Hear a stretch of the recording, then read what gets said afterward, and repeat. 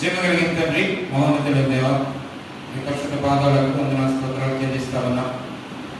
ఈ ప్రభుదిన ఈ పరిచర్యలో మీ బిడ్డలుగా మీ సన్నిధికి చేరువచ్చి మిమ్మల్ని ఆరాధించడానికి, స్తుతించడానికి, కీర్తించడానికి మీ ఇంటిలో మాకు అనుగ్రహించిన సమయాన్ని బట్టి ఉన్న భయంకరమైనటువంటి దినాలలో మేము జీవిస్తూ ఉన్నాం. ప్రపంచంతో భయాలతో ఉంది. మా దేశం అలా ఉంది, మా రాష్ట్రం అలా ఉంది, మా జిల్లా అలా ఉంది, మా పట్టణం కూడా అలా ఉంది.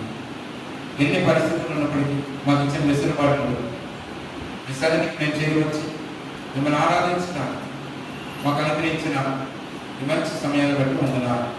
కరుణము అనుగ్రహించిన కొలది సద్వినియోగపరుచుకుంటూ మిమ్మల్ని ఆరాధిస్తూ సాగినటువంటి చిన్న అనుభవం సీఎంలు మీరు అనుగ్రహించినందుకే వందనాలు. పరిచర్య ప్రారంభిస్తూ ఉన్నాం.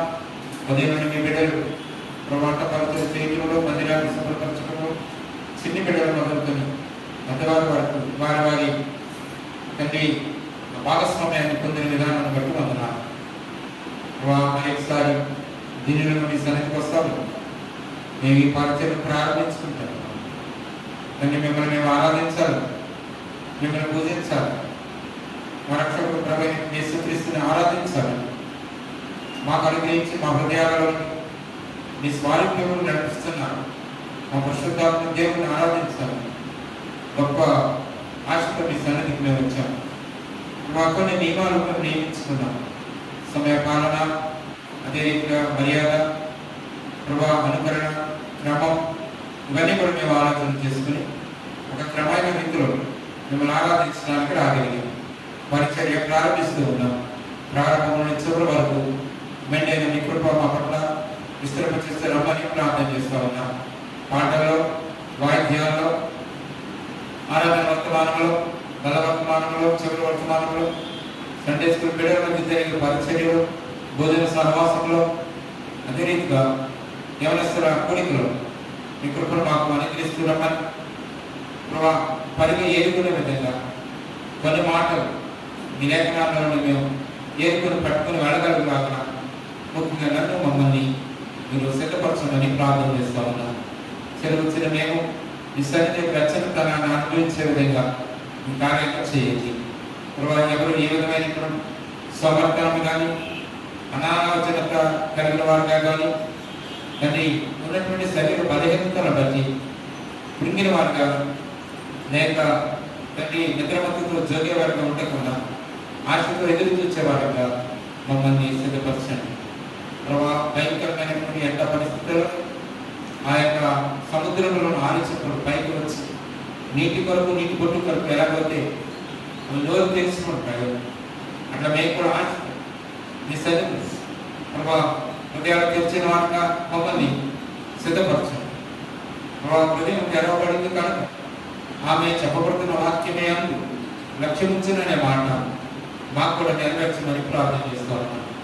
సేవలను ఆనుకున్నటువంటి పరిచయం, పేరవరం పరిచర్యకం, ఉద్యోగుల పరిచర్యకం, జగంపేట పరిచర్యకం, ఏరేశ్వరం పరిచర్యకం, లింగంపర్తి పరిచర్యకం, కానీ కీరాయవరం పరిచర్యకం, చల్లకి పరిచర్యకం, పెద్దవాడ కొవ్వాడ పరిచర్య వరకు మేము ప్రార్థన చేస్తూ ఉన్నాం.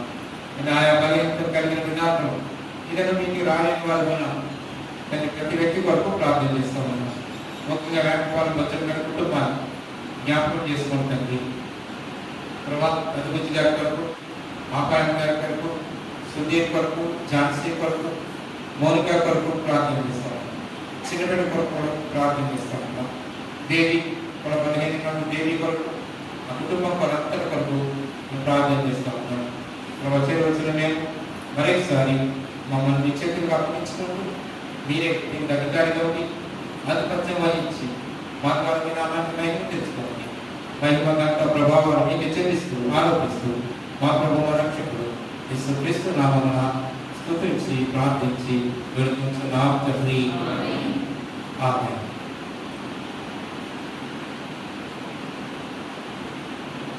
కొన్ని నియమాలు ఆలోచన చేయండి.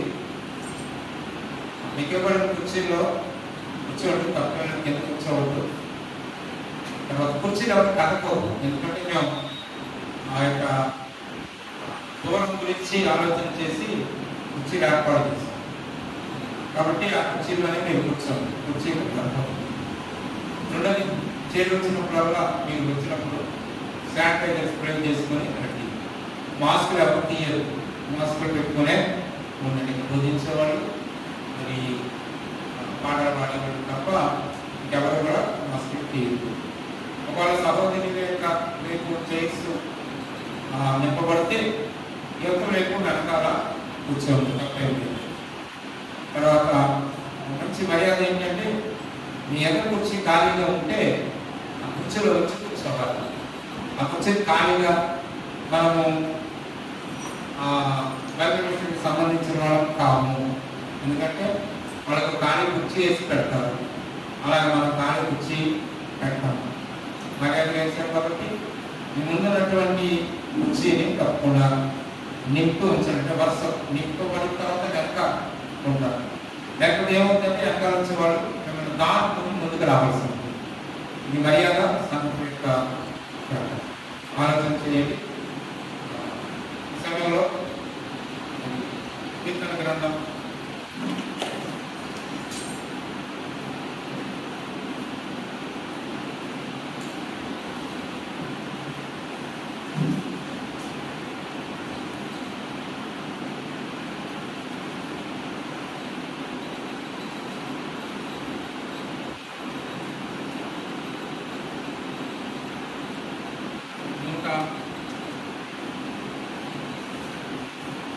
47వ కీర్తన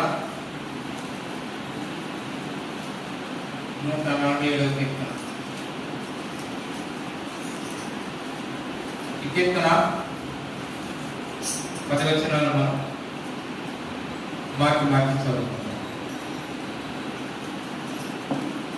యెహోవాను స్తుతించుడి, మన దేవునికి స్తోత్రగానం చేయుట మంచిది, అది మనోహరము, స్తోత్రము చేయుట గొప్పదము.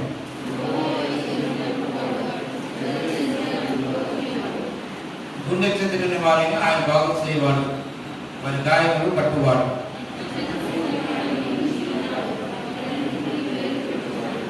మన ప్రభువు గొప్పవాడు, ఆయన అధిక శక్తి గలవాడు, ఆయన జ్ఞానమునకు మితి లేదు. కృతజ్ఞతాస్తుతులతో యెహోవాను కీర్తించుడి, సితారాతో మన దేవుని కీర్తించుడి.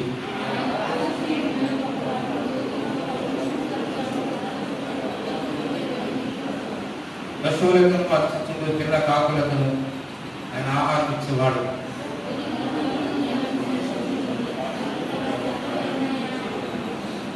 పక్కన వచ్చిన మనం కలిసి చదువుతాం. తన యందు భయభక్తులు గల వారి యందు, తన కృప కొరకు కనిపెట్టుకుని వారి యందు యెహోవా ఆనందించేవాడే ఉన్నాడు.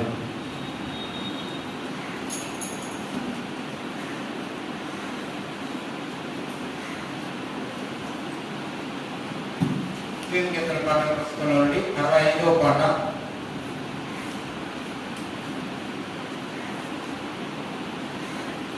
మొదటి చరణం పాడిన తర్వాత 2 చరణాలు వదిలిపెట్టి 4వ చరణం, 2 చరణాలు వదిలిపెట్టి 4వ చరణం 2 చరణాలు వదిలిపెట్టి 65వ పాట. శబ్దం చెప్పండి.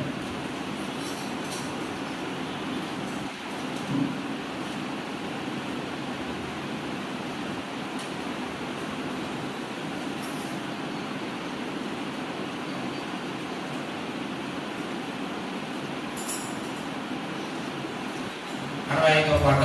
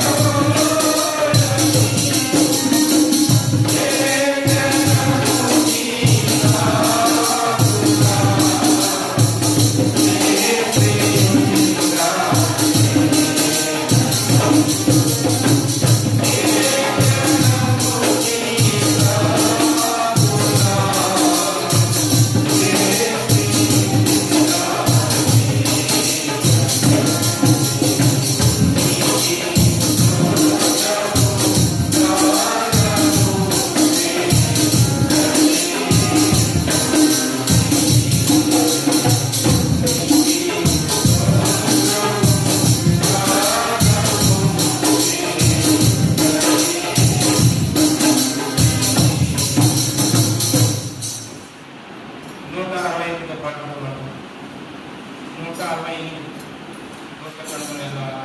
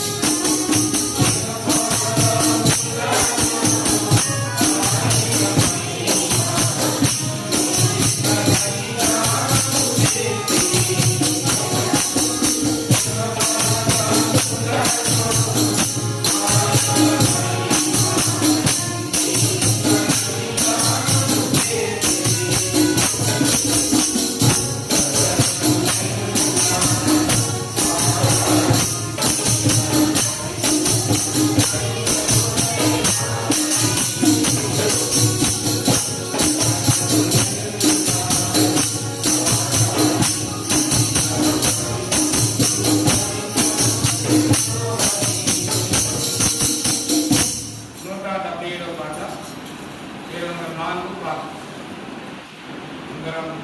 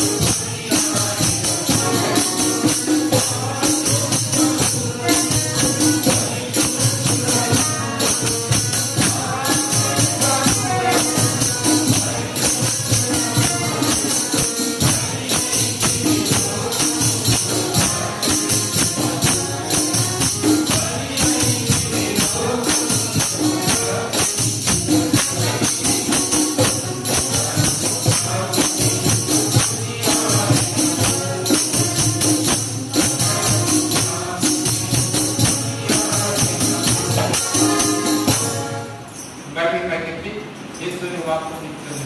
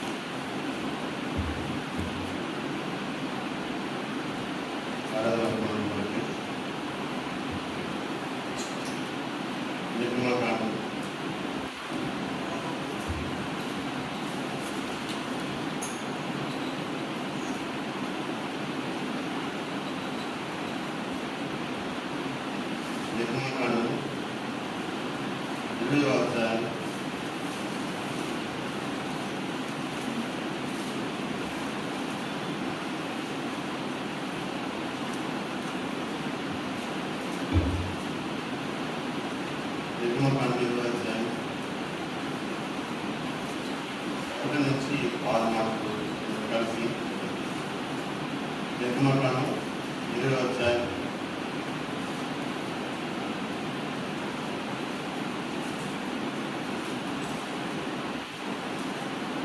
20వ అధ్యాయం 1 మాట నుంచి 6 మాట కలిసి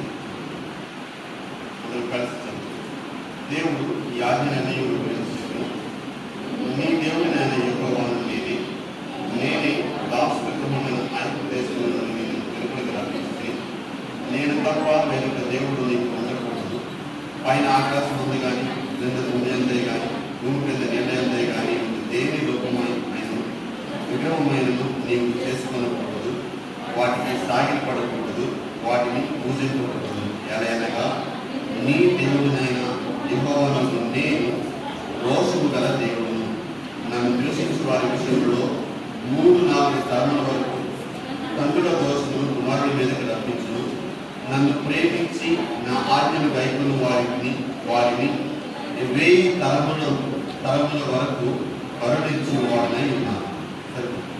చిన్న ప్రార్థన. రంగతని అత్యంత దయాత్మ తండ్రి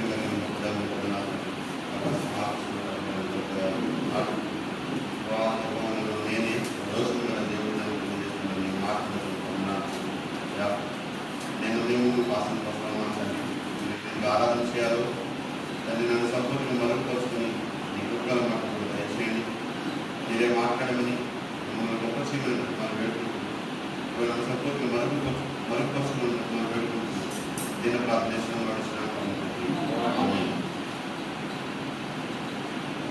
నిర్గమకాండము 20వ అధ్యాయం. చాలా సందర్భాల్లో మనం ఈ అధ్యాయం గురించి విన్నాం. మనకి మాటి దేవుని దయని బట్టి, దేవుని కృపను బట్టి, దేవుడు ఇచ్చిన ఆజ్ఞను గైకొనాలి, దేవుని ఆజ్ఞను గైకుంటున్నాడు కాబట్టి దేవుడు నన్ను చక్కగా చూస్తున్నాడు అని చాలా సందర్భాల్లో మనం అనుకునే వాళ్ళు ఉంటాము. మ్యాక్సిమం సండే స్కూల్ పిల్లల నుంచి ఈ నిర్గమకాండం 20వ అధ్యాయంలో ఏముందిరా అనగానే ఫస్ట్ వాళ్ళు చెప్తున్న మాట ఏంటంటే దేవుడు మొట్టమొదట మనుషులకు ఒక పదార్థం ఇచ్చాడు. అది ఆ నిర్గమకాండం 20వ అధ్యాయంలో ఉందని అందరికి తెలుస్తుంది కదా. ఇక్కడ మనం చదువుకున్న ఈ మాటల గురించి మనం ఆలోచన చేసినట్లయితే ఆయన ఏమై ఉన్నాడు తెలియజేస్తున్నాడు. తను ఇశ్రాయేల్ ప్రజల్ని ఎలా విడిపించాడో తెలియజేస్తా ఉన్నాడు. ఈ మాట మనం ఈ 6 మాటల గురించి మనం ఆలోచన చేసినట్లయితే మొట్టమొదటి ఏమంటున్నాడంటే దేవుడు ఈ ఆజ్ఞలన్నీ వివరించి చెప్పను అని మాట్లాడుతున్నాడు. ఇప్పుడు అంటున్నాడు, ఏ దేవుడు? నీ దేవుడునైన యెహోవాను నేనే. వాళ్ళకి ఆజ్ఞలిస్తూ మొట్టమొదట తనకు తానుగా తను ఏమై ఉన్నాడో, మీరు ఎందుకు ఆజ్ఞను గైకొనాలి, ఒకవేళ ఆజ్ఞను మీరు గైకొన్నట్లయితే తూచా తప్పకుండా నా మాట మీరు పాటించినట్లయితే ఎటు రీతిగా మీ వద్దకు కృప వస్తుంది, ఇవన్నీ తెలియజేస్తూ మాట్లాడుతున్న మాటలు మనం చదువుకునే మాటలు. అయితే ఇక్కడ మనం ఒక మాట గురించి మనం ఆలోచన చేసినట్లయితే 5వ మాట గురించి మనం ఆలోచన చేస్తే ఆయన ఏమంటున్నాడంటే, ఎలాగనగా నీ దేవుడైన యెహోవాను నేను రోషము గల దేవుడును అని మాట్లాడుతున్నాడు.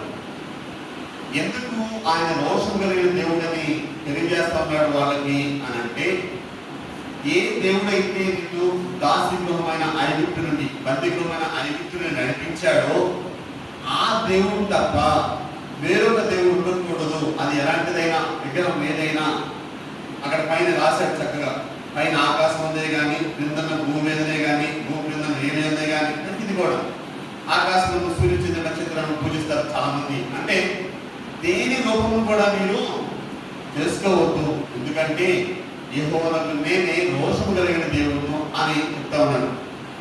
చాలా సందర్భాల్లో నేను ఆలోచన చేసినప్పుడు విగ్రహం ఏది మన జీవితంలో ఉండకూడదు అని నేను ఆలోచన చేసినప్పుడు అంటే నాకున్న ఆలోచన ఏమనుకుంటున్నానంటే, నేనేమనుకున్నానంటే ఇంతవరకు అంటే మొన్న మొత్తం చదువుతా ఉన్నాను అన్నమాట. అసలు అంకుల్ సంవత్సరం 3 సార్లు బైబిల్ కంప్లీట్ చేస్తానని చెప్పిన మాట నన్ను ఎంతగానో ప్రోత్సహించి ఎలాగైనా కంప్లీట్ చేయాలి సంవత్సరం 3 సార్లు వినకూడదని కొత్త బైబిల్ తెచ్చుకున్నాను, చదువుతా ఉన్నాను. చాలా విషయాలు నేను చదువుతుంటే ఎన్నోసార్లు బైబిల్ చదువుకుంటూ వెళ్ళిపోయింది, కానీ ఆ విషయాలు ఇప్పుడు నాకు స్మరణకే రాలేదు, అసలు ఆలోచనే లేదు, నాకు తెలియదు. నాకు వాస్తవం నిజంగా తెలియదు. నేనేమనుకున్నానంటే విగ్రహాలను పూజించకూడదంటే నేను పుట్టుకతో నుండి అంటే నేను ఏదైతే నా యొక్క జన్మతహ నేను మా తల్లిదండ్రుల నుంచి ఏ విగ్రహాలు అయితే నేను గణపరుస్తున్నానో మొక్కుతూ వచ్చానో అందులో నుంచి నేను పక్కకు వచ్చాను కాబట్టి అందుకు మళ్ళీ ఆ విగ్రహాలు చూడకూడదు అని అనుకున్నామండి. ఇంకోటి ఏంటంటే ఇశ్రాయేల్ ప్రజలతో మాట్లాడిన దేవుడు ఆల్రెడీ ఏ ప్రదేశాలకు వెళ్తున్నాడంటే అక్కడ ఆల్రెడీ హిబ్బీలు, ఫిరిజీలు, యోబుసీలు, గెర్గసీలు వాళ్ళున్న ప్రదేశంలో వాళ్ళు ఆల్రెడీ కొన్ని దేవతల విగ్రహాలను పూజించేవాడు.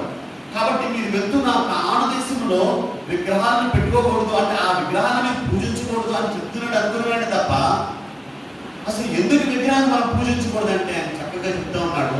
ఏమని 19వ అధ్యాయం 19వ మాట మనం చూసుకున్నట్లయితే దగ్గర 19వ మాట చక్కగా ఉంది. ఏమని? ఆ పూర్వతుని అంతకంతకు దగ్గరగా మోగదు మోసే మాట్లాడుతుండగా దేవుడు కంఠస్వరము చేతనే ఆయన నీకు ఉత్తరమిచ్చెను. ఎందుకు మీరు విగ్రహాలు పెట్టుకోకూడదు అంటే మిమ్మల్ని నడిపించిన దేవుడు మీకు కనిపించలేదు. ఆయన చూద్దామండి ఆ మాట ద్వితీయోపదేశంలో చక్కగా రాయబడింది. ద్వితీయోపదేశకాండం 4వ అధ్యాయము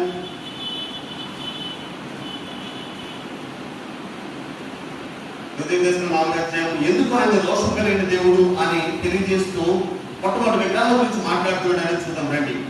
4వ అధ్యాయం 12 మాట చూసుకున్నట్లయితే ఏమో ఆ అగ్ని మధ్యలో నుండి మీతో మాట్లాడను, మాటల ధ్వని మీరు వింటిరు కానీ ఏ స్వరూపమును మీరు చూడలేదు, స్వరం మాత్రమే వింటిరి. 15వ మాట చూసుకున్నట్లయితే పూర్వయుగంలో యెహోవా అగ్ని జ్వాల మధ్య నుండి మీతో మాట్లాడిన మాట చూస్తున్నాం. అంటే ఆయన మీకు ఏ స్వరూపమును కనపరుచుకోలేదు, ఆయన మీకు ఏ రూపమును కనపరుచుకోలేదు. ఆయన మిమ్మల్ని విడిపించినప్పుడు మీతో మాట్లాడినప్పుడు ఆయన కంఠస్వరం మాత్రమే విన్నారు తప్ప దేనిని మీరు చూడలేదు. కాబట్టి చెప్తున్నాడు, కాబట్టి పైన ఆకాశం ఉంది కానీ, కింద నీళ్ళు ఉందని కానీ, భూమి మీద కానీ ప్రతి దాని విషయంలో మీరు విగ్రహాలని పెట్టుకోకూడదు. ఎందుకు? మీతో మాట్లాడిన ఆయన కంఠస్వరంతో మాట్లాడాడు, మీతో మాట్లాడిన ఆయన అగ్నిలో నుంచి మాట్లాడాడు. మిమ్మల్ని విడిపించిన దేవుడు తన స్వరూపాన్ని మీకు కనపరుచుకోలేదు. కాబట్టి మీరు విగ్రహాన్ని పూజించొద్దు అని చెప్తా వచ్చాడు. ఒకవేళ మీరు విగ్రహాలను పూజించినట్లయితే 3-4 తరాల వరకు శిక్ష ఉంటుందని చెప్పాడు. కానీ దేవుడు ఎంత ప్రేమ కలిగిన వాడంటే ఎందుకు అంటున్నాడు, మీరు నా ఆజ్ఞను గైకొన్నట్లయితే 1000 తరముల వరకు ఆయన చూపుతారంట. ఎందుకు ఒక దేవుడు అండి. అందుకే ఆయన అంటున్నాడు, మీరు రోషం కలిగిన దేవుడు అంటున్నాడు. కలిగిన దేవుడు ఇశ్రాయేలు ప్రజల్ని ఆయన ఇంటికి నడిపిస్తూ వచ్చాడు. కొన్ని విషయాలు చూద్దాం. ఏ సందర్భాల్లో తన రోషంను తన కనపరుచుకున్నాడు, ఏ సందర్భంలో దేవుడు రోషం కలిగిన వాడుగా మనకు కనపరుచుకున్నాడు అని మనం ఆలోచన చేసినట్లయితే కొన్ని మాటలు ఉన్నాయి. చూద్దామండి. సంఖ్యాకాండము 20:12 మాట చూసుకున్నట్లయితే మీకు అందరికీ ఈ మాటలన్నీ తెలుసు, చాలాసార్లు విన్నారు. 20:12 మాట చదివినట్లయితే, అప్పుడు యెహోవా మోషే అహరోనుతో, మీరు ఇశ్రాయేలు కన్నుల ఎదుట నా పరిశుద్ధతను సన్మానించినట్లు నాకు నమ్మకపోతే సరిపోతుందండి. ఇక్కడ మొట్టమొదటి ఆయన మాట్లాడుతున్న మాట, మీరు ఇశ్రాయేలు ప్రజలు నా పరిశుద్ధతను సన్మానించలేదు. కోపం వచ్చింది ఆయనకి. కోపం వచ్చి మోషేతో మాట్లాడుతున్న మాట ఏంటంటే, మీరు కానానికి, మోషేకైతే కానాన్ని చూడడానికి అవకాశం ఇచ్చారు కానీ వెళ్ళడానికి అవకాశం కూడా చూపిస్తున్నా. ఆ మాటలు కూడా మీకు ఎందుకు అలా జరిగిందని అంటే, ఇశ్రాయేలు ప్రజలు ఆ ప్రదేశంలో దేవుడు వాళ్ళు నడిపిస్తున్న ఆ కానానికి వాళ్ళు పెడుతున్న పేరు ఏంటంటే, ఈ కాని దేశమును మనం తీసుకెళ్తున్నాం అంటున్నారు. వాళ్ళు దేవుడు నుంచి ఆ దేశం గురించి వాళ్ళు మాట్లాడుతున్న మాటలు ఏంటంటే, ఈ కాని దేశములకు మీరు నన్ను నడిపిస్తుందని అంటున్నాడు. అదేవిధంగా మన దేవతలు తినే ఆహారం తింటున్న ప్రజలు వాళ్ళు మాట్లాడుతున్న మాటలు చవిసారమైన భోజనం మాకు పెడుతున్నారు అంటున్నారు. ఆ సందర్భంలో వాళ్ళ నీళ్ళ కోసం దేవుడితో గొడవడినప్పుడు అక్కడ మాట ఉంది. దేవుడు చెప్తున్నాడు బండతో మాట్లాడమని. చూద్దామండి. 28వ మాట చూసుకున్నట్లయితే, నీవు నీ కర్రను తీసుకొని నీవు నీ సహోదరుని ఆహారాలను ఈ సమూహములు పోగు చేసి వారి కన్నుల ఎదుట ఆ బండతో మాట్లాడము. ఎందుకు దేవుడు నా పరిస్థితులను కనపరచలేదని చెప్తా ఉన్నాడు? కోపం చేసి ఆయనకి. ఎందుకు ఆ శ్రేష్టమైన దేశానికి అతను నడిపించినందుకు దేవుడు అని రోషం కలిగిన దేవుడు. ఆయన ఏదైతే చెప్తున్నాడో అది చేయితే చాలా ఇష్టపడతాడు ఆయన. ఎప్పుడైతే బండతో మోషే మాట్లాడుతుంటే మోషే ఏం చేశాడో మీకు అందరికి తెలిసి ఈ మాటలు పెంచున్న ఆ మాట కూడా 11వ మాట చూసుకున్నట్లయితే, అప్పుడు మోషే తన చెయ్యి ఈ 2 మారులు తన కర్రతో బండను కొట్టగా నీళ్లు సమృద్ధిగా ప్రవహించును అనే మాట చూస్తున్నాం. ఇప్పుడు ఇందాక మనం చదువుకున్న 11వ మాట, వాళ్ళు ఎదుట నా పరిస్థితులను మీరు సన్మానించారు. నేను సహోదరి సహోదరుడా, ఈరోజు లీనా జీవితంలో అనేకమైన పరిస్థితులు ఇచ్చి అనేకమైన పథకాలను విడిపిస్తున్న దేవుని యొక్క పరిశుద్ధతను, దేవుని యొక్క అద్భుతత్వాన్ని నువ్వు గ్రహించినట్లయితే ఈ దినాన్ని ఆయన ఆరాధన చేయకుండా మనం ఉండలేము. ఎందుకంటే ఆయన రోషం కలిగిన దేవుడు అని చెప్తూనే ఆయన 1000 తరముల వరకు మన పట్ల కనికరం చూద్దానంటున్నాడు. అలాంటి దేవుని మనం కలిగి ఉన్నాం. మోషే వాళ్ళు విసిగిస్తా ఉన్నారు, మాటికి విసిగిస్తా ఉన్నారు. మన అచ్చరోత్వానికి తెలియజేశాను ఏ విధంగా వాళ్ళు విసిగించారు. అలాంటి పరిస్థితుల్లో ప్రతిదానికి విసిగించడమే. అప్పుడు ద్రోహులారా ఆయన మాట్లాడిన తర్వాత దేవుడు వాళ్ళకు నిలిచిన పంటతో మాట్లాడమంటే ఏం చేయాలి అర్థం కాలేదు. దేవుడిని వాళ్ళు తక్కువ వేయిస్తూ ఉన్నారు. ఆ యొక్క బందీ గ్రంథ మాట మనం చదువుకున్నాము. ఇందాక 20లో నేను చదివించాను. దాసులు బందీలో ఉన్న ఐగుప్తులను తన బహుబలము చేత దేవుడు నడిపించాడు వాళ్ళని. ఇంకొక అధ్యాయం ఉంటుంది, ఇనుప కురుల నుంచి నడిపించాడంట దేవుడు వాళ్ళని. అలాంటి ప్రదేశం నుంచి దేవుడు పార్వతీల నుంచి దేశాన్ని తీసుకెళ్తా ఉంటే వాళ్ళు మాట్లాడుతున్న మాటలు ఏంటో తెలుసా? ఆ కాని ప్రదేశం, చవిసారని ఆహారం, ప్రతిదానికి సందుకోవడమే. అలాంటి పరిస్థితుల్లో మోషేకి ఏం చేయాలి అర్థం కాదు. ఆపు చేసింది.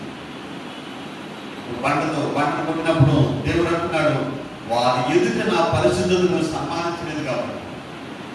రోషం కలిగిన దేవుడు వెంటనే మోషేకి చెప్తున్న మాట నువ్వు చూస్తావు కానీ వెళ్ళలేమని చెప్పేశాడు. ఇంకొక మాట ఉందండి, ఆ మాట చూద్దామండి. ఇక్కడే సంఖ్యాకాండంలోని అది కూడా చూద్దాం. 11 సంఖ్యాకాండం 11వ అధ్యాయంలో ఇక్కడ వాళ్ళు మాంసం కోసం ఆలోచన చేస్తారు. సంఖ్యాకాండం 11వ అధ్యాయం 18వ మాట నుంచి మనం చూసినట్లయితే, ఒకసారి చదువుతాను, దయచేసి వినండి. నేను జనులను చూసి ఇట్లను మిమ్మల్ని మీరు రేపటికి పరిశుద్ధపరచుకోండి, మీరు మాంసం తిందురు. యెహోవా విన్నట్టు ఏడ్చి మాకు ఎవరు మాంసం పెట్టుదురు, ఐగుప్తులో మాకు బాగుగానే జరిగినదని మీరు చెప్పుకుంటారు కనుక యెహోవా మీకు మాంసం ఇచ్చురు, మీరు తిందురు. 1 దినము కాదు 2 దినములు కాదు, 20 అక్కడ ఉంది, 5 దినములు కాదు, 10 దినములు కాదు, 20 దినములు కాదు, 1 నెల వరకు మాంసం తింటారు. ఎలా ఉందంటే అది ఆ వాసన అంట మీరు నాసికారాధన నుండి వచ్చి మీకు అసహ్యం పుట్టి వరకు దానిని తిందురు అనే మాట ఉంది. వాళ్ళ మాంసం గురించి అడుగుతున్నప్పుడు దేవుడు వాళ్ళతో మాట్లాడుతున్న మాటలు. ఇప్పుడు మోసే ఏమంటున్నాడంటే, ఏంటి ప్రభువు 6 లక్షల మంది వాళ్ళు, 6 లక్షల మందికి ఎక్కడ నువ్వు మాంసం తీసుకొస్తావు? ఐగుప్తు నుండి తీసుకొచ్చిన ఈ గొర్రెలు మేకలు వీటిలన్నింటిలో వాళ్ళ కోసమే తీసుకొచ్చావని మోసే మాట్లాడుతూ ఉన్నాడు. సరే ఆలోచన చేయండి, 6 లక్షల మందికి ఎంత మాంసం అవసరం ఉంటుంది? అందుకు మోసే లెక్క పెడతా ఉన్నాడు. అని నా 6 లక్షల మంది నడిపించారు కదా, వాళ్ళందరికీ నెల రోజులు మాంసం తీసుకురావాలంటే ఎన్ని మేకలు వేయాలి, ఎన్ని గొర్రెలు వేయాలి, ఎన్ని ఆవులు చంపాలని మోసే లెక్క పెడతా ఉన్నాడు. అడుగుతున్నాడు దేవుణ్ణి. అక్కడ మాట చాలా చక్కగా ఉన్న మాట చూద్దాం రండి. 21 మాట్లాడుతుంది చూడండి. వారు 6 లక్షల పాదచారులు వారు నెల దినములు తినేందుకు వారికి మాంసం ఇచ్చిందని చెప్పింది. వారు తృప్తిగా తినట్లు వారి నిమిత్తము గొర్రెలను పశువులను చంపవలన, వారు తృప్తిగా తినట్లు సముద్రపు చేపలన్నీ వారి నిమిత్తము వచ్చవలన అని మోసే ఏం ఆలోచన చేస్తున్నాడంటే, నా రోజుకి మాట ఇచ్చేసాడు దేవుడు, ఎలాగ ఇవన్నీ చెప్పలేము, సముద్రం మత్స్యాన్ని వాడుకోలేమంటే అప్పుడు దేవుడు కూడా ఒక యుగం ఉంటుందండి. దేవుడు తన యొక్క ఉత్మత్వాన్ని లేకపోతే తన యొక్క గుణాన్ని కనపరచకపోయినట్లయితే దేవుడికి ఉన్న లోపల ఉన్న మనసులో ఉన్న ఆయన యొక్క ఆలోచన, అంటే ఆయన ఏమై ఉన్నాడనేది తనకు వెంటనే గుర్తు చేస్తాడు. వెంటనే దేవుడు ఏమంటున్నాడు? అందుకు యెహోవా ఏమంటున్నాడు? మోసే తిట్లను, యెహోవా బాహువులు తక్కువైన. అంటే ఈ 6 లక్షల కాలంకి అప్పటి వరకు నడిపించిన దేవుడు నెల రోజులు మాంసాన్ని ఇవ్వలేడా? అంటే నువ్వు నా యొక్క బాహుబలమును తక్కువగా ఆలోచన చేస్తున్నావు మోసే అని మాట్లాడుతున్నాడు. ప్రియమైన సహోదరి సహోదరుడా, నీ నా జీవితంలో అనేక పరిస్థితులు ఎదురవుతున్నప్పుడు అసలు ఈ పరిస్థితి నుంచి మనల్ని ఎవరు విడిపిస్తారు? అసలు విడిపించలేదండి, ఎవరు సాయం చేయలేదని అనుకుంటున్నాం మనం. రాత్రి ఏడుపు పగల సంతోషం ఎలా వచ్చింది? ఆయన బాహుబలం చేత సమస్తాన్ని చేయగల దేవుడు. మోసే తెలీదా? అంతలో నడిపించిన మోసే ఆలోచన లేదా? ఉంది. కానీ మోసే దృష్టి ఎక్కడ ఉందంటే, నెల రోజుల మాంసం ఎలా సమకూర్చాలి 6 లక్షల మందిని ఆలోచన చేస్తున్నాడు. అందుకని ఏమంటున్నాడంటే, ఆ తీసుకొచ్చిన ఐగుప్తు నుండి తీసుకొచ్చిన ఆవులు, మేకలు, పశువులు, సముద్రం మత్స్యులు అన్ని కూడా వాళ్ళ కోసం ఆయన ఆలోచన చేస్తున్నాడు. వెంటనే దేవుని యొక్క రోషం కలిగిన దేవుడు ఆయన. వెంటనే చిత్రం మాట ఏంటంటే, ఎక్కువ వస్తాను మిమ్మల్ని సహోదరి సహోదరుడా, నా జీవితంలో ప్రతి పరిస్థితి నుంచి విడిపించడానికి ఆయన సమర్థుడు. ఆయన రోషం పెరిగిన దేవుడు. ఎప్పుడంటే ఆయనే దేవుడిని మనం ఎన్ని ఉండాలి. అందుకని మొట్టమొదటి మాట్లాడుతున్నాడు, దేవుడు వారి మీద ఆజ్ఞాపించడి, నేను ఎవరైనా యెహోవాకు నేనే మీ దేవుడు అని చెప్తా ఉన్నాడు. ఆ దేవుడు ఏమైనాడంటే, నేనే యెహోవాకు నేను రోషం గల దేవుడు అని చెప్తా ఉన్నాడు. ఎందుకంటే మిమ్మల్ని నడిపించినప్పుడు ఏ స్వరూపంతో మీకు చూపెట్టలేదు. మిమ్మల్ని నడిపించిన దేవుడు, మీతో మాట్లాడిన దేవుడు యొక్క స్వరూపం మీకు తెలియదు కాబట్టి ఏ విగ్రహం పెట్టుకోకూడదు అంటున్నాడు. మొదటగా రెండవది మీకు నేను ఆహారం ఇచ్చినాడు కూడా ఆయనే. ఆయన ఏమైనాడు? మోసే ఆలోచన చేస్తున్నాడు 6 లక్షల మందికి ఎలా వస్తుందా అని. కానీ దేవుడు అంటున్నాడు, మోసే చక్కగా మాట చదివినప్పుడు ఎంత ఆనందం అనిపించిందంటే నాకు. 22వ మాట మరొకసారి మనం చదివినట్లయితే సంఖ్యాకాండం, అందుకు ఏమో మోసే చెప్తాను, యెహోవా బాహుబలము తక్కువైనదా? కొన్నిసార్లు కొన్ని ఇబ్బందికర పరిస్థితుల్లో నేను సాగిపోయినప్పుడు దేవుడిని ఆధారపడతాము. కానీ ఎక్కడో లోపల శంకిస్తాయి, చేయలేమేమో, అవ్వదేమో. అసలు నేను ఈ వాక్య పరిచయంలో రోషమైన దేవుడు తీసుకోవడానికి ప్రధానమైన కారణం ఏంటంటే, నా లైఫ్లో జరిగిన సంఘటన గురించి నేను చెప్తాను. నాకు మార్చి 1వ తారీఖున లెటర్ ఇచ్చేసారు. 1వ తారీఖు రాలా, అంటే మా సార్ ఇచ్చారు నా లెటర్. 4 రోజుల ముందు ఎవరైనా ఉద్యోగం నుంచి తీసిస్తే 4 రోజుల ముందు లెటర్ ఇవ్వాలి. అది రూల్ అనమాట. హెచ్ఆర్ పాలసీ ప్రకారం 4 రోజుల ముందు చెప్పాలి. 1వ తారీఖున మా సార్కి వాళ్ళు లెటర్ పంపించేశారు హైదరాబాద్ నుంచి. ఆ రోజు మా సార్ నా దగ్గర రాలా. ఒకటో తారీఖు నాకు లెక్క రాలేదు కాబట్టి నేను బతికిపోయాను అంటే, ఒకటో తారీఖు ఇవ్వలేదు కాబట్టి రెండో తారీఖు ఇస్తే ఒప్పుకో అంటే రూల్ ప్రకారం అది ఆ పాలసీ చెందదు అనమాట. అంటే పర్లేదు దేవుడు నన్ను కాపాడాడు, ఇవ్వలేదంటే ఏప్రిల్ నెల కూడా ఉంటుంది ఉద్యోగం అనుకున్నాను. రెండో తారీఖు ఉదయం మా సార్ నా దగ్గరికి వచ్చి లోపల పిలిచి, అరే నీ జాబ్ అయిపోయిందిరా, 31 లాస్ట్ ఉద్యోగం, కాబట్టి నువ్వు ఇంకా చూద్దాంగా ట్రై చేద్దాం అని అన్నారు. అలాగే సరే చెప్తే అప్పుడు వెంటనే నాకు మెయిల్ పెట్టారు. నాకు నిన్న వచ్చేసింది లెటర్, నేను రాలేదు కదా అందుకే నీకు ఇవ్వలేకపోయినా చెప్పారు. రెండో తారీఖు నాకు మెయిల్ వచ్చేసింది. అంతకుముందు జరిగిన సంఘటన మీకు నేను చెప్తాను. అంతకుముందు నా కూలీకి ఇంకొక అతను జాన్యులో ఉద్యోగం తీసేశారు. అతను వెళ్ళిపోతూ అందరూ బాధతో ఉన్నారు, నన్ను మాట్లాడమన్నారు. నేను మాట్లాడమంటే మా సార్ నన్ను క్వశ్చన్ అడిగారు, మీరు దేవుడిని అడిగినప్పుడు అంటే మీరు పూజ చేసుకుంటారు కదా, మీరు దేవుడిని అడిగినప్పుడు మీకు దేవుడు ఏం మాట్లాడాడు? ఆయన కూడా చాలా బాధలో ఉన్నాడు. మీకు దేవుడు ఏం మాట్లాడాడో చెప్పండి అంటే అందరూ ఎవరు చెప్పారు. నేను లేచాను, ఈ ఉద్యోగం పోతాయని అన్నప్పుడు నేను ఒక రోజు నేను నా కుటుంబం ప్రార్థన చేసుకుని దేవుడిని అడిగాను, నువ్వు అసలు నా పరిస్థితి నువ్వు నాకు చెప్పు, నేను ఉంటానా లేకపోతే ఉండనా, నువ్వు నాకు చెప్పండి. ఆ రోజు రాత్రికాల ముందు ఒక గిన్నె నిండి పొరులుతున్నట్టు నాకు ఒక దర్శనం తల వచ్చింది. వెంటనే నా ఉదయకాలం వదిలేసిన భార్యతో పంచుకున్నాను. అదే విషయాన్ని వాళ్ళకి చెప్పాను. ఏమనంటే, నాకు ఉద్యోగం అయితే ఉంటుందంటే తప్పకుండా నాకు నమ్మకం ఉంది, ఎందుకంటే నాకు దేవుడిలో వాగ్దానం చేశాడు, నా దేవుడిని నేను అనుసరిస్తున్నాడు కాబట్టి దేవుడి చిత్త ప్రకారం జరుగుతుందని నేను వాళ్ళకు వాగ్దానం చేశాను అంటే చెప్పాను. ఇప్పుడు 1వ తారీఖున వాళ్ళు ఏమన్నారంటే నీ ఉద్యోగం పోయింది రెండో చెప్పారు. నేను అప్పుడు చెప్పిన మాటకి ఇప్పుడు మాటకి ఏమైనా పొందుతుందా అంటే వాళ్ళ దృష్టిలో నేను ఏమయ్యాను, అరే ఈ అబద్ధం ఆడాడు అనుకుంటారు. అంతేకాదు తప్పకుండా వాళ్ళు కొంతమంది నవ్వుకున్నారు. కానీ నా మనసులో ఒక అభిప్రాయం ఉంది, దేవుడు నాకు వాగ్దానం చేశాడు తప్పకుండా. అయిపోయింది. ఈలోపు నా భార్య వచ్చి థ్యాంక్స్ గివింగ్ మీటింగ్ పెడదామండి అని ఫస్ట్ సాటర్డే ఫస్ట్ సండే ఆ ముందు 2 రోజుల ముందే నాకు లెటర్ వచ్చింది అనమాట. నిన్నే ఉద్యోగం మీద లెటర్ వచ్చింది, ఇప్పుడే నువ్వు థ్యాంక్స్ గివింగ్ మీటింగ్ అంటున్నావు ఇల్లు కోసం అని. నీ ఇష్టమైన ఏదైతే కానీ అన్నా. అందుకని ఆ రోజు థ్యాంక్స్ గివింగ్ మీటింగ్ చెప్పినప్పుడు ఒక మాట చెప్పాను, వాస్తవంగా థ్యాంక్స్ గివింగ్ మీటింగ్ పెట్టే స్థితిలో మేము లేని ఇప్పుడు, కానీ దేవుడు చిత్తమని చెప్పేశాను.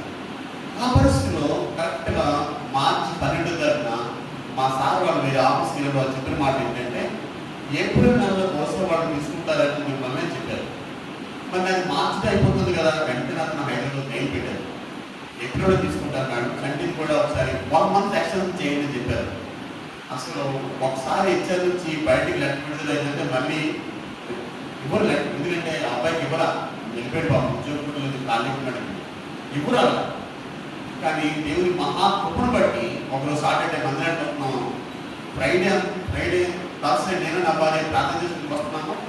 సాయంత్రం 4 అయింది, మెయిల్ వచ్చిందనమాట, మిమ్మల్ని ఎక్స్టెండ్ చేసి 1 మంత్ అని. బాగా చదవలేదు, నేను బయటపడి నా భార్య చెప్పాను, మెయిల్ వచ్చిందమ్మా, వాళ్ళు ఒప్పుకోలేదేమో అని అనుకున్నాను. మందిరికి వచ్చి ప్రార్థన చేసిన తర్వాత అసలు ఏం వచ్చిందో పూర్తి చదివినప్పుడు 1 మంత్ ఎక్స్టెండ్ చేసినప్పుడు మెయిల్ వచ్చింది. మీరు నమ్ముతారా మీరు సహోదరి సోదరు, ఏప్రిల్ 2వ తారీఖున అరవింద్ వాళ్ళు నన్ను తీసుకున్నట్లు మళ్ళీ వాళ్ళు ఫోన్ చేసి మాకు చెప్పారు, అని చెప్పిన ఆ మాకు చెప్పారు. ఎందుకు మాకు చెప్తున్నారంటే, ఆయన రోషం కలిగిన దేవుడు, ఆయన చేయాలంటున్న ఆలోచన ఆయన సంకల్పం ఉన్నప్పుడు ఏదో విధంగా దేవుడు ఆ కార్యం చేస్తాడు. నేను తర్వాత నుంచి ప్రార్థన చేయడం ఏం చేశానంటే, నా కోసం చేస్తేనే వారిని బట్టి, ఎందుకంటే వాళ్ళు అవుతారు కదా నన్ను చూసి, వారిని బట్టి నన్ను కూడా మీరు జ్ఞాపకం చేసుకుంటాను. ఎప్పుడైతే నేను ప్రార్థన చేస్తూ వచ్చానో దేవుడు నా ప్రార్థన ఆలోచించి ఆ దినాన్ని మళ్ళీ నా ఎక్స్టెండ్ చేయడానికి అవకాశం ఇచ్చాడు. ఆయన రోషం కలిగిన దేవుడు. ఇదో మాట వచ్చిందండి. ఇక్కడ ఈ మాట చూసుకున్నట్లయితే మోషే ఎంతగానో ఇష్టపడతాడు దేవుడు ఏం చెప్తుందో చూస్తుందండి. ఉద్యోగకాండము 3వ అధ్యాయంలో ఇక్కడ మోసే చాలా చదువుందని మాట. ఉద్యోగకాండం 3వ అధ్యాయం 25వ మాట ఒకసారి చూస్తుంది చెప్తుందండి. నేను అద్దరికి వెళ్ళి యోర్దాను అవతలనున్న 3వ అధ్యాయం, ద్వితీయోపదేశకాండం 3వ అధ్యాయం 25వ మాట చదువుతుంది. నేను అద్దరికి వెళ్ళి యోర్దాను అవతలనున్న ఈ మంచి దేశము మంచి మన్యమును ఆ లెబనోను చూచినట్లు దయచేయమని నేను యెహోవాను బ్రతిమాలుకొనగా. మోషే పాపం కదండి, 6 లక్షల కాలంలోనే అన్ని సంవత్సరాలు నడిపించిన మోషే ఇప్పుడు దేవుడు అడుగుతున్నాడు, నువ్వు ఒకటి రావని చెప్పేశాడు కదా, ఆయన ప్రమాణం చేసి నువ్వు ఆ దేశాన్ని చూడమని. కానీ మోషే మళ్ళీ దేవుడిని అడుగుతామని ఒక్కసారి నేను యోర్దాను అవతలకు వెళ్ళి ఆ మన్యమును ఆ ప్రదేశాన్ని చూస్తాను అని మోషే బ్రతిమాలుతా ఉన్నాడు, దేవుణ్ణి బ్రతిమాలుతా ఉన్నాడు. ఒక్కొక్కసారి చూడండి, పిల్లలు మన మీద అడిగినప్పుడు వద్దని చెప్తాం, మళ్ళీ బతిమాలుతూనే ఉంటాం. వద్దంటే బతిమాలుతూనే ఉంటాం. అంటాం మనం, చెప్తున్నాను నీకు చివరిగా చెప్పాను కదా, మళ్ళీ బతిమాలుతున్నాం గట్టిగా కేటాయిస్తాం కదా. మోషే అదే మాట అన్నట్టు, దేవుడు ఏమన్నట్టు ఆ మాట 26 మనం చూసినట్లయితే, యెహోవా మిమ్మును బట్టి నా మీద కోపపడి నా మనవ వెనక్కిపోయాను, మరియు యెహోవా నాతో ఉంటున్నాను. వెనక్కిపోయి చెప్పేసి బాగానే ఉంది, కానీ మళ్ళీ ఏమన్నాడంటే ఆయన అంటున్నాడట, చాలును, ఇక ఈ సంగతి గురించి నాతో మాట్లాడద్దు, డిస్కస్ చేద్దాం ఇంకా చెప్పేశారు కదా ఒకసారి. అలా మాట్లాడినాడు దేవుడు మోషేతో. ఎప్పుడైనా ఆలోచన చేశారా? ఇక నువ్వు డిస్కషన్ చేయకని చెప్పారా? ఎందుకు మనం మాట్లాడగలరు దాని గురించి గుర్తు చేస్తాం? లోపల రోషం కలిగిన వాడు, కానీ ప్రేమ కలిగిన వాడు ఆయన. అందుకని ఆయన లోపల అతని మనసు ఎలా ఉందని రగిలిపోతూ ఉంది, అయ్యో. కానీ ఆయన మాట తప్పవాడు కాబట్టి, ఆయన రోషం కలిగిన దేవుడు కాబట్టి, ఇంక నువ్వు దాని గురించి డిస్కస్ చేయదంటే చాలా దాని గురించి ఆలోచన చేయను. పాపం అండి, ఎంత ప్రయాసపడి నడిపించాడు ఇశ్రాయేలు ప్రజల్ని. దేవుడు అంటున్నాడు, నీ జనాంగాన్ని ఇస్తానంటే, నీ జనాంగాన్ని ఏర్పాటు చేసుకుంటానంటే వద్దని చెప్పిన ఆయన దేవుడు బతిమాలుతా ఉన్నాడు. ఒక్కసారి ఆ ప్రదేశాన్ని చూస్తానంటే ఇంకా చాలు, దాని గురించి నాకు అసలు డిస్కషన్ పెట్టాడు అంటే ఒకటే మాట. ఒక్కసారి మోసేతో పోల్చుకుంటే మనం ఏమైనా గొప్పవాళ్ళమండి. ఇశ్రాయేలు మోసే చెప్తా ఉన్నాడు, మీరు అనుకుంటున్నారేమో మీరు విస్తారమైన జన్మని దేవుడు ఏర్పాటు చేస్తున్నారు, కాదు, మీ లెక్కకు చాలా తక్కువైన వాడు. కానీ దేవుడు ప్రేమించి, తండ్రి అయిన దేవుడు ప్రేమించిన చెంత వాళ్ళు వచ్చారు. దేవుడు ప్రేమించిన చెంత వాళ్ళు దేవుడు ఏర్పాటు చేసుకున్నాడు. వాటిని అన్నింటినీ మర్చిపోయి మాటికి సరుగుతూ ఉన్నారు, దొరుకుతూ ఉన్నారు. అయినప్పటికీ కూడా దేవుడు వారి పట్ల 1000 తరముల వారి పట్ల ప్రభు చూస్తూనే ఉన్నాడు. దేవుడు ఆ పాలన ప్రవృత్తి చేశాను. అబ్రాహాము, ఇస్సాకు, యాకోబులకు దేవుడు వాగ్దానం చేసినట్లు ఏదైతే ఆ నెల ఐగుప్తుకి 70 మంది వస్తే 6 లక్షల కాలంలో ఎలా తయారైపోయారు ప్రజలందరినీ చక్కగా నడిపిస్తూ వచ్చారు దేవుడు. ఈరోజు నేను అనేకమైన సార్లు దేవుని యొక్క యుగాన్ని పరీక్షించిన వారుగా ఉంటాం. ఏం పర్వాలేదు అనుకునే వారు ఉంటాం. అది ఒక శ్రేష్టమైన అందుకే అంటున్నాడు, ఆయన పరిశుద్ధతను, నా పరిశుద్ధత నేను కనపరచలేదు. ఎందుకంటే ఎంత ప్రయాసపడుస్తూ వచ్చాం మనం. బయట రోజుకి ఎంతమంది డెత్స్ తెలుసు, ఆయన ఎందుకు బయటకు వచ్చాము. ఈరోజు ఆదివారం ఆన్లైన్లో మనకు లేదు కాబట్టి, డైరెక్ట్గా మనం సర్వీస్ చేసుకుంటున్నాం కాబట్టి, మనకు తెలుగుపడింది కాబట్టి, తప్పకుండా మనం దేవుని మందిరానికి వెళ్ళి ఆయన కనపరచని ఆశపడి ఆయన కావాల్సిన గణాన్ని చెల్లించడం తప్పకుండా. ఎందుకంటే ఆయన పరిశుద్ధమైన దేవుడు, విచిత్రమైన ఆయన పరిశుద్ధమైన దేవుడు నుండి మన జీవితాన్ని బాగుపరచుకుంటూ తన ప్రియమైన కుమారుని భూమి మీదకి పంపించాడు. ఆయన రోషం కలిగిన దేవుడుగా ఉండి ఆయన దేనిని సహించిన వాడు అయినప్పటికీ కూడా మాటికి మనల్ని సహిస్తూనే వచ్చాడు, భరిస్తూనే వచ్చాడు. కారణం ఏంటి? నేను ఆయన ఏర్పాటు చేసుకున్నాడు. ఇశ్రాయేలు ప్రజల గురించి మాట్లాడతాడు, మీరు ఆయనకి స్వకీయ జనముగా చేసుకున్నాడు దేవుడు అంటున్నారు. అదే అధ్యాయం ఉంటుంది ఆ మాట కూడా. కాబట్టి మిమ్మల్ని సహోదరి సోదరుడా, ఈరోజు దేవుని ఆయన దోషం కలిగిన దేవుడి గురించి ఆలోచన చేస్తున్నాము. యేసుక్రీస్తు వారు కూడా ఒకసారి ఆ దోషం గురించి కనపరిచిన వారు నచ్చుదమైన మాట కూడా చివరి చూస్తాము. యేసుక్రీస్తు వారు కూడా ఒకసారి ఆయన ఆ మాట, అంటే నేను చదువుకున్నప్పుడు ఇవన్నీ విషయాలు ఆయన రోషానికి సంబంధించి, అంటే తను కనపరుచుకుంటాడు. కొన్ని సందర్భాలు అయినప్పుడు నాకు ఈ ఆలోచన బట్టి తెలియజేస్తున్నాను. రండి, మత్తయి సువార్త 20వ అధ్యాయంలో మనకందరికీ కొంత బాగా తెలుసు. మత్తయి సువార్త 20వ అధ్యాయం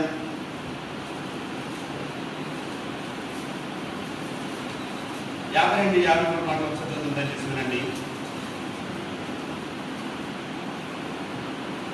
51 నుంచి ఒకసారి 50 నుంచి చదువుతుంది. యేసు చెలికాడ, నీవు చేయవచ్చినది చేయమని అతనితో చెప్పగా వారి దగ్గరికి వచ్చి ఆయన మీద పడి ఆయన పట్టుకునేది. ఇదిగో యేసుతో కూడా ఉన్న వారిలో ఒకడు చేయి చాచి కత్తి దూసి ప్రధాన యాజకుడిని దాసుడిని కొట్టి వారి చెవి తెగనరికింది. యేసు, నీ కత్తి వరలో తిరిగి పెట్టుము. కత్తి పట్టుకున్నవాడు వారందరూ కత్తి చేతనే నశించు. ఈ సమయమున నేను నా తండ్రిని వేడుకొనలేననియు, వేడుకుని ఎడల ఆయన 12 సేనా వ్యూహముల కంటే ఎక్కువ మంది దూతలను ఇప్పుడే నాకు పంపడనియు నీవు అనుకుంటున్నావా? అక్కడ యేసుక్రీస్తుని పట్టుకోవడానికి వచ్చినప్పుడు పేతురు ఏం చేస్తాడు? తన కత్తి తీసి ఒకటి చెవి నరిగేస్తాడు. అప్పుడు యేసుక్రీస్తు ఒక్కసారి ఏమైందంటే అతని యొక్క ప్రణాళిక ఏంటి, ఆయన ఎందుకు రాబడింది, దేవుడి పని ఏంటి, సమస్తం జరిగిన వాడు ఉన్నాడు కాబట్టి ఆయన అంటున్న మాట ఒక్కసారి ఆయన తండ్రి గురించి ఆయన గురించి ఆయనకి అవసరం వస్తుంది. ఏమనుకుంటున్నావు నువ్వు? నేను వేడుకుంటే నా తండ్రి నాకు సాయం చేయడం నువ్వు అనుకుంటున్నావా? మనుషుల సహాయం మీద ఆధారపడేవాడు నన్ను చూస్తున్నావా నువ్వు? ఇంత పంపిస్తున్నాయి. ఏమంటున్నాడు ఆయన? 12 సేనావ్యూహాల సైన్యం, 12,000 సేనావ్యూహములు. ఎంత సంఖ్య అది? లెక్కపెడితే కింద 6,000 సేన అంటే 6,000 అంటున్నారు. 12,000 సేనావ్యూహం అంటే ఎంత సంఖ్య వచ్చా లెక్కపెట్టండి. అంతమంది అంత దేవతల సమూహం అంటుంది ఆయన పక్కడాలనుకుంటే. కానీ వాడు ఏ నీళ్ళు ఎంచుకోలేదు. ఆయన వాడి కొరకు ఆయన ఆలోచన చేయలేదు. ఆయన లేఖనం నెరవేర్చిన కొరకు భూమి మీదకి వచ్చాడు కాబట్టి, ఆ లేఖనంలో అట్లా జరగాల్సి ఉంది కాబట్టి అక్కడ ఆ మాట రాస్తాడు ఆయన. లేఖనం నెరవేరాలి ఉంది కాబట్టి అట్లా జరిగిందని ఆయన కలువరశివుడు తనని అప్పగించుకొని ఇష్టపడతా వచ్చాడు. ద్వితీయోపదేశం 20వ అధ్యాయంలో మాట రాయబడింది, చూద్దామండి. అంటే ఏది పాపము, ఏది అంటే పవిత్రమైనది ఏంటి, వాటి గురించి వాళ్ళు ఎలా ఉండరు అనేది రెండోసారి వాళ్ళందరికీ తెలియజేస్తూ 21వ అధ్యాయము 22వ మాట చివరి మాట ఒకసారి మనం చూసినట్లయితే ఒక వ్యక్తి పాపం చేసిన వాడు ఏ విధంగా చనిపోవాలి అనేది అక్కడ రాయబడింది. చూద్దామండి, ఒకసారి చదువుతాం వినండి. 21, 22, 23.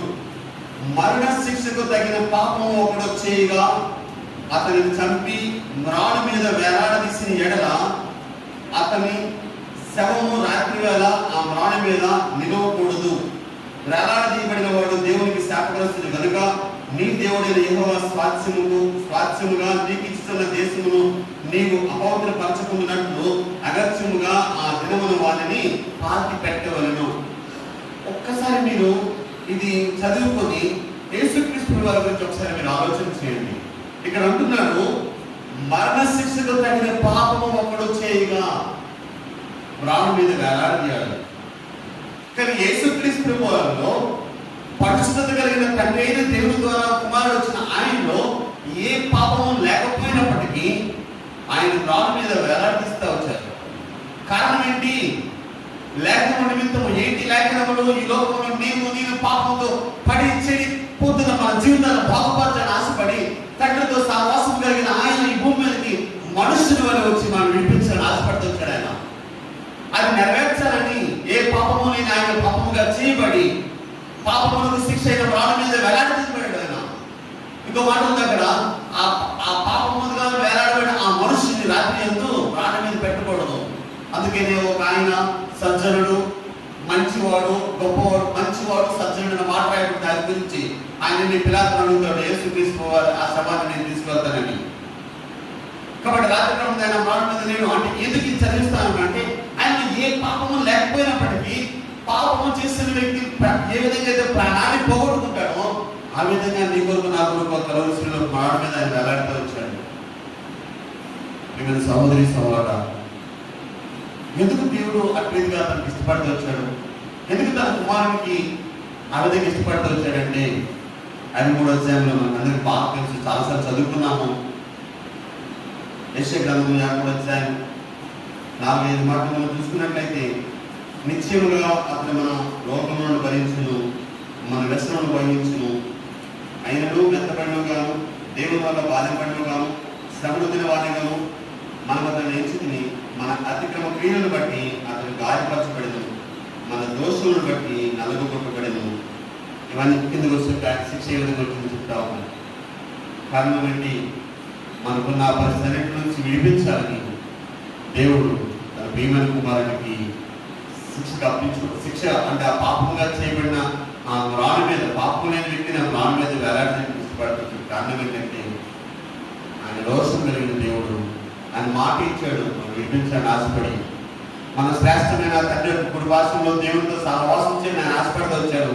అందుకే ఆయన మరణాన్ని పొందాడు. అయితే ఆయన మరణిస్తే మనకి ఎటువంటి శ్రేష్టత ఉంది, కానీ ఆయన తిరిగి లేచిన వాడిగా ఉన్నాడు. ఆయన తిరిగి రాబోతా ఉన్నాడు.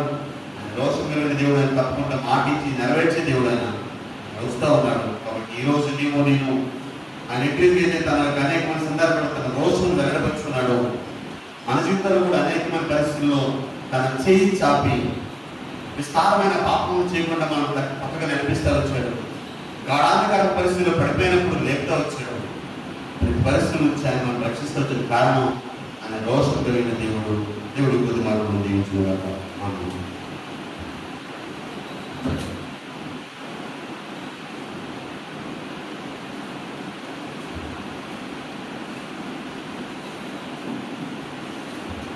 లేచి నిలబడి 220వ పాట 191 పాట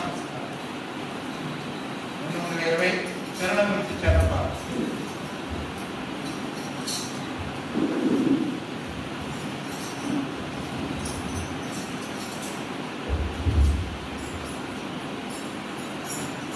ఆలోచన పాడుతున్నప్పుడు సండే స్కూల్ బిడ్డలు యేసు ప్రభుని 191 పాత పుస్తకాలు 220 పాత పుస్తకాలు 191.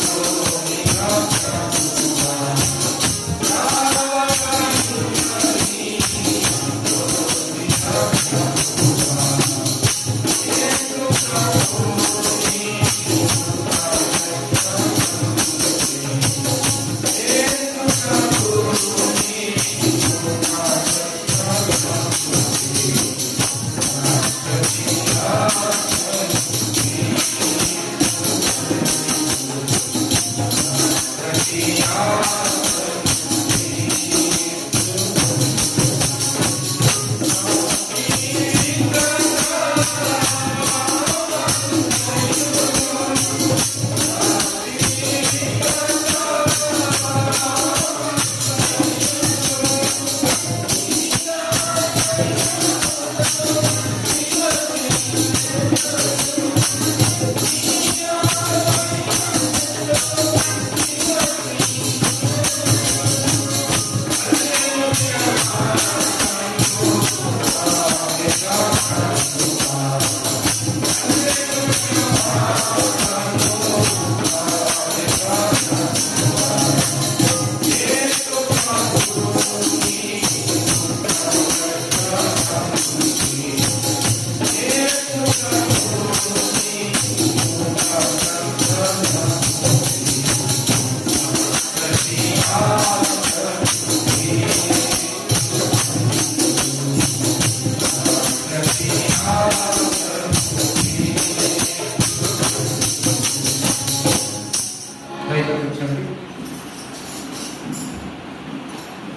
మనం ఆరాధన చేసుకున్నప్పుడు ఒక విషయాన్ని గమనించండి.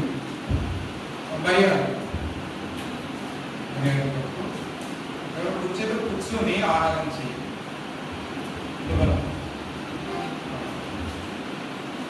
ఉన్నటువంటి విధానాన్ని బట్టి మనం చేసేసి గురించి మనం ఎంతైతే చూడడానికి తీసుకోవాలి. అంటే ఉన్నటువంటి పరిస్థితిని బట్టి కుర్చీలు వేసుకున్న కనుక కుర్చీల మీద కూర్చొని ఆరాధన చేయాలి. మీరు కుర్చీలో కూర్చున్న విధానంలో మోకరించి ఆరాధన చేయగలిగితే చాలా మంచిది. ఒక లేకపోతే కుర్చీలో లేచి నిలబడి మర్చిపోవద్దు. ప్రార్థన కూడా కుర్చీలో కూర్చుంటాం, లేచి నిలబడి ప్రార్థన చేయాలి. అది మర్యాద. ఆలోచన చేయాలి. ప్రార్థన మరి ఒకవేళ మీరు ఆరాధన దూరంగా ఉన్నారు, ఆరాధన చేయడంలో ఇబ్బంది ఉంటే ఫ్యాన్ ఆపారు, ఫ్యాన్ కట్టేస్తాం. ఇది మాట మాకు ఉపయోగపడాలి. లేదని గట్టిగా చేస్తాం.